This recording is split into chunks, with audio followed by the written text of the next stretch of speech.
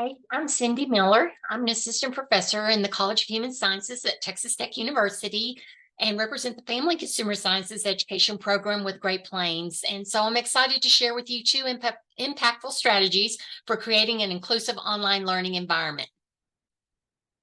One of those strategies is cultural representation in course content. I think it's very important that we make sure our students see themselves in our courses. So anything we can do to add different perspectives, diverse voices, different contexts, all of those kinds of things, including any guest speakers we invite, is really important for our students. And so one of the ways that I implement cultural representation is for a family policy course. I incorporate policies from across the globe. So when we deal with a particular family issue, they're just not dealing with it in our country, but they're seeing how other countries are dealing with it with various policies. And then I invite students also to share any materials they find on the internet or e-text or whatever it may be that relate to the course topics and reflect the range of perspectives and backgrounds. As well as for case studies, I ensure I'm pulling from a range of situations and cultural contexts. I think, again, that's real important.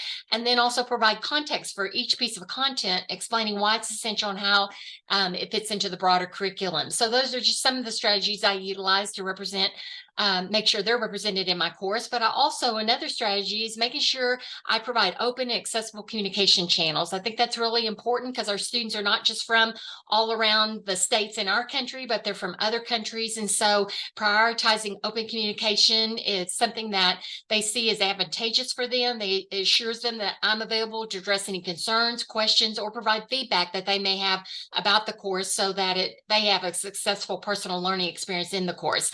And it also helps make sure that I'm emphasizing that their voices are valued and will be taken into account. This is an introduction discussion activity I utilize. Besides having them share information about themselves, I also want them to share their hopes and fears after reading the syllabus, and then ask the students to also reply to one of those students about those hopes and fears. And you'd be surprised how many of them are replying to practically every student, because a lot of them have the same hopes and fears when they're in the course. So it builds up a great camaraderie right there with that particular activity. Something else I also do to implement open and accessible communication channels is I set up a regular virtual office hours where students can chat with me in real time.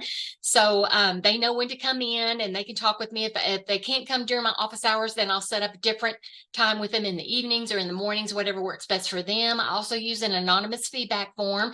It's usually during mid-semester that I ask them to access that form and to share with me any concerns or feedback. This really also, again, I'm just checking the temperature, making sure things are still going well for them. And if I need to help them with anything, then I can certainly do that. And then encourage students to communicate with each other. I have a virtual cafe in my online courses, so that way they can go into that cafe and discuss anything about the course. It's not one that I monitor or provide feedback in, but I do go in there every now and then just to make sure the information that they're talking about is respectful and so forth. But sometimes I have to provide a prompt. So when I do that, once they're in there chit-chatting all the time about different types of things. And that's good, because then they feel like they're building a community that way. And I respond to them in a timely and empathetic manner anytime they email me, anytime they send me or get in Zoom, whatever it may be, or if they have a question on their assignment, whatever it is. I want to make sure I'm acknowledging their perspective and addressing their concerns as much as I possibly can. So I hope these two strategies were helpful for you. Thank you for your time.